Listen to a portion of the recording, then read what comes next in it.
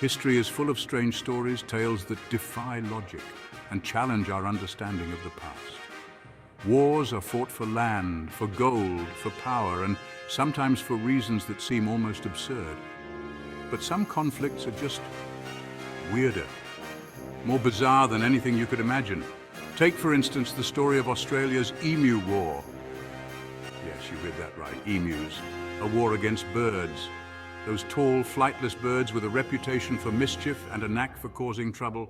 In 1932, they became Australia's public enemy #1, a menace that had to be dealt with. This wasn't a case of a few rogue birds stealing picnics or causing minor inconveniences. This was a full-blown conflict declared by the Australian government against an overwhelming enemy, thousands upon thousands of emus wreaking havoc on the land. These birds were wreaking havoc on farmers' crops, devastating entire fields, and something had to be done to stop them. The weapon of choice? Lewis machine guns, typically used in warfare, now aimed at these feathered foes. It's a story that sounds like something out of a Monty Python sketch, a surreal comedy, but I assure you it's completely true. The Emu War is a bizarre chapter in history, a reminder that sometimes truth is stranger than fiction. Australia, as you might imagine, is a land of extremes. From the arid, sun-baked deserts to the lush, verdant rainforests, this vast continent is home to a myriad of landscapes and ecosystems. It's got scorching deserts, lush rainforests, and more than its fair share of unusual creatures. The diversity of life here is truly astounding, with each environment hosting its own unique set of flora and fauna. Among them is the emu, the second largest bird in the world. Standing tall with their long necks and powerful legs, emus are a sight to behold. They're big, they're fast, and they're surprisingly hardy. Capable of running at speeds up to 50 kilometers per hour, these birds are built for survival in the harshest of conditions. They can also be a real pain in the neck, especially if you're a farmer trying to eke out a living in the Australian outback. The emus' voracious appetites and sheer numbers can turn a promising crop into a field of despair. The trouble began after World War I. With the end of the war, many soldiers returned home, seeking to rebuild their lives and find peace after the chaos of battle. Returning soldiers, many of them seeking a peaceful life on the land, were granted farmland in Western Australia. These grants were meant to help them start anew, providing a fresh start in the vast open spaces of the outback. The problem was, this land was also prime emu territory. The wide open fields that seemed perfect for farming were equally attractive to the emus, who saw them as an endless buffet. The emus, you see, were fond of the farmers' wheat. They'd descend on the crops in droves, gobbling up everything in sight and leaving behind a trail of feathers and frustration. The farmers, already struggling to make ends meet, found themselves in a constant battle against these feathered foes. They'd descend on the crops in droves, gobbling up everything in sight and leaving behind a trail of feathers and frustration. The damage was often extensive, with entire fields laid to waste by the relentless onslaught of hungry emus. For the farmers, it was a never-ending struggle to protect their livelihoods from these unexpected adversaries. The farmers appealed to the government for help. Their wheat crops were being decimated, and their livelihoods were at stake. The situation was dire, and they needed immediate intervention. The emus were an economic threat, they argued, and something had to be done. These large, flightless birds were not just a nuisance. They were a formidable force, trampling through fields and consuming valuable crops. The government listened. Perhaps they were feeling bold, or maybe they just really hated emus. The decision was unprecedented, and it sparked a mix of curiosity and disbelief among the public. Whatever the reason, they decided to declare war. And not just any war, but a war with machine guns. This was no small-scale operation, it was a full-fledged military intervention. Thus began the Great Emu War of 1932. It was a conflict that would go down in history, not for its scale or its casualties, but for its sheer absurdity. The Australian Army was called in, armed with Lewis guns and a healthy dose of skepticism. These were seasoned soldiers, veterans of World War I, now tasked with an entirely different kind of enemy. The soldiers, I imagine, weren't quite sure what to make of their orders. They had trained for human adversaries, not for a battle against nature. One minute they were fighting in the trenches of Europe, the next they were facing off against giant birds in the middle of nowhere. The contrast was stark and bewildering. It must have felt like a very strange dream. The emus, with their speed and agility, proved to be surprisingly elusive targets. The soldiers found themselves in a bizarre and frustrating battle, one that would be remembered for its unique place in history. The stage was set for one of the most unusual battles in history. On one side, you had the Australian army armed with the latest military technology.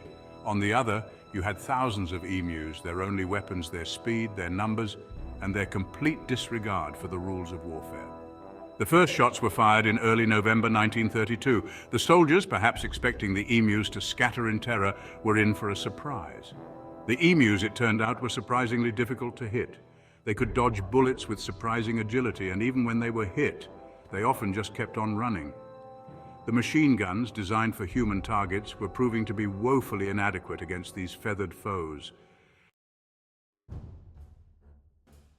The Great Emu War, if you can call it that, lasted for about a month. In that time, the Australian army managed to kill a few emus, but nowhere near enough to make a dent in their population. The emus, meanwhile, continued to feast on the farmers' crops, seemingly unfazed by the bullets whizzing past their heads. In the end, the Australian government was forced to admit defeat. The emus, it seemed, were simply too much for them to handle. They retreated, defeated and slightly embarrassed, leaving the emus to claim victory in this bizarre conflict. News of the Great Emu War, as you can imagine, didn't exactly inspire fear in the hearts of Australia's enemies.